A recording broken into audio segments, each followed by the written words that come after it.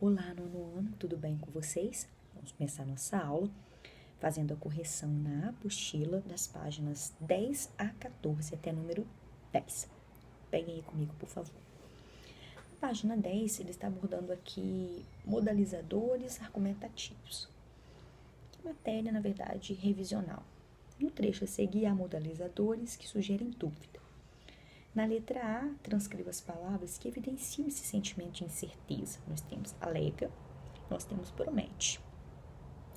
Reescreva o trecho de modo mais favorável ao governo, substituindo esses modalizadores por expressões que transmitem maior confiança. Poderia ser assim: o governo afirma, comunica que não há vagas nos abrigos em outros estados e declara ou informa que levará outros 1.000 até o início de setembro. Na página 11, temos explica a intencionalidade sugerida pelos termos destacados. Tanto prontamente como já no dia seguinte, mostram agilidade e presteza por parte do governo. Já na B, o só mostra que foi insuficiente. No 4, ele pede para reescrever o trecho a seguir, o qual diz respeito à situação da mulher no Brasil. Insira modalizadores para reforçar o ponto de vista explícito na primeira frase do texto.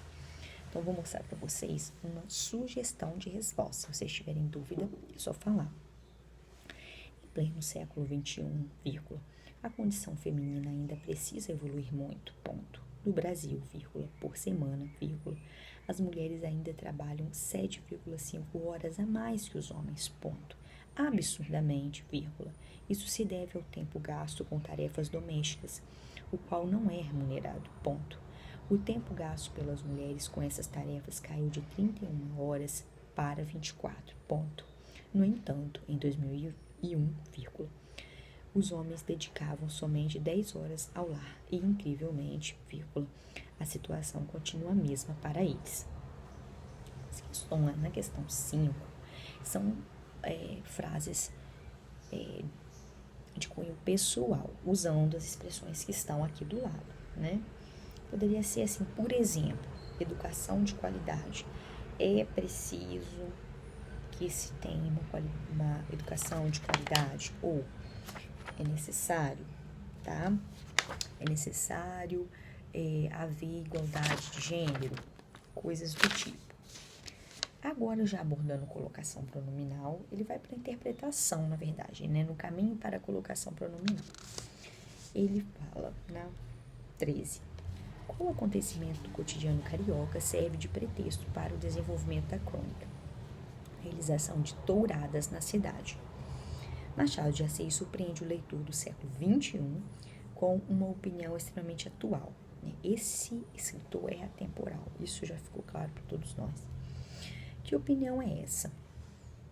Que ele se diz contrário às touradas, né, por discordar da crueldade com os animais, tema que é discutido até hoje.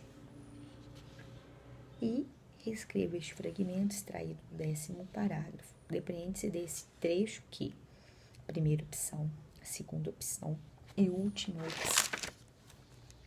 E para finalizarmos aqui, na 10, a ordem correta aqui é B, A e C. E vamos continuar até a 17. Agora, que foi uma tarefa que eu passei em outro dia. Agora sim, já falando sobre próclise, mesóclise e ênclise. Temos duas frases.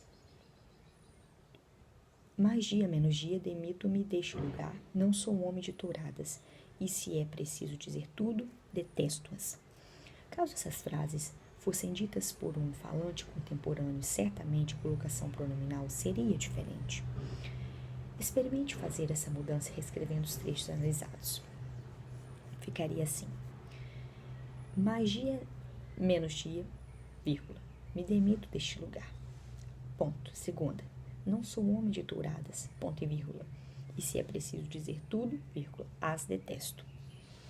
Ao longo do tempo, é natural que as línguas sofram variações. O português empregado por Machado de Assis no século XIX pouco se conservou entre nós, mas ainda é bastante atual em Portugal. Analise as duas logomarcas de sabão em pó. Porque se sujar faz bem, é bom sujar-se. Qual desses slogans foi criado para o produto vendido em Portugal? É bom sujar-se, tá? E justifique sua resposta. Um sinal disso é a preferência pela ênclise, que é comum lá. E eu falei com vocês que o mais comum aqui no Brasil é a próclise. Na 15, observe estas capas de revistas portuguesas publicadas, respectivamente, em 2017 e março de 2018. Da Caras. O que estes exemplos revelam sobre a preferência do português europeu quanto à colocação pronominal? Que eles preferem, como eu disse antes, a ênclise, mesmo em situações menos formais, como na publicidade ou em conversas. Como aqui no Brasil, essa primeira, né? Vou, me abaixo muitas vezes. Me vou, com certeza, usariam aqui. Talvez até esse verbo vou não seria dito dessa maneira. Depois, já na 16, analise as frases extraídas da revista da entrevista Humberto 13 e identifica a ocorrência de próclise ou de ênclise conforme a colocação. Então, na primeira, o pronome oblíquo me está antes do verbo impactou, então é próclise. Na B, ele está antes do verbo recuperei, próclise. Conforme a norma padrão da língua portuguesa, algumas regras de colocação pronominal devem ser seguidas. Observe o quadro ao lado e responda as questões. Qual das frases desse anterior não segue as regras? É claro que é a letra B, né, a segunda. Aí ele diz que pôs o verbo, né, no meio da oração, quando precedido de pausa, a vírgula expulsa o pronome oblíquo para depois do verbo. Então, o correto aqui seria o que? A ênclise. Ficaria, felizmente, recuperei-me. Que regra de colocação pronominal explica o uso de próclise na outra frase? Então, a gente tem ali, né, um advérbio, que é o mais, de intensidade, que funciona como uma palavra atrativa, né, puxando o pronome oblíquo, né, atraindo, puxando é mais informal, o mais correto seria atraindo o pronome oblíquo para antes do verbo, configurando assim a próclise. A frase A estaria de acordo com a regra de colocação pronominal se fosse escrita da seguinte forma: a cobertura que impactou-me foi a da guerra civil na Líbia? Não, porque o que aqui é um pronome relativo e ele também funciona como palavra atrativa. Se você tem uma palavra atrativa, obrigatoriamente deve ocorrer a próclise, tá bom? Na 17, nossa última página, com base nas regras apresentadas, justifica a colocação pronominal em alguns trechos da crônica de Machado de Assis lida anteriormente. Bom, a gente tem aqui ênclise, por se tratar de verbo precedido de pausa, em relação ao si, tá, gente? Desculpe, não em relação ao si, em relação ao finalzinho da frase. Detestou-as. Então, essa vírgula que expulsou o pronome oblíquo para depois do verbo. Na B, nós temos próclise, tá?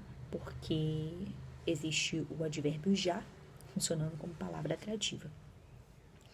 Na C, no início de frase, é obrigatório o uso da ênclise.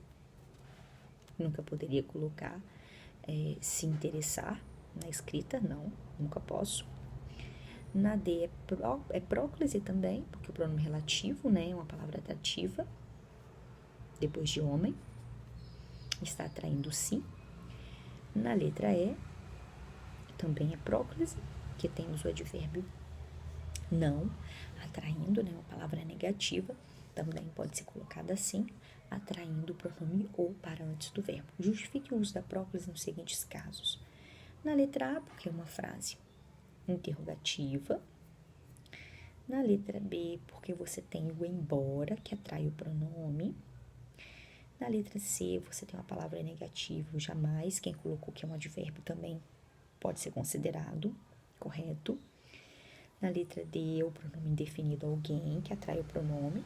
Na letra E é o advérbio ontem, que atrai o pronome. Analise as frases a seguir no que se refere à colocação pronominal. Quando lhe deram a notícia, ela ficou surpresa e a funcionária lhe entregou a mercadoria. Em qual desses casos a próclise é opcional?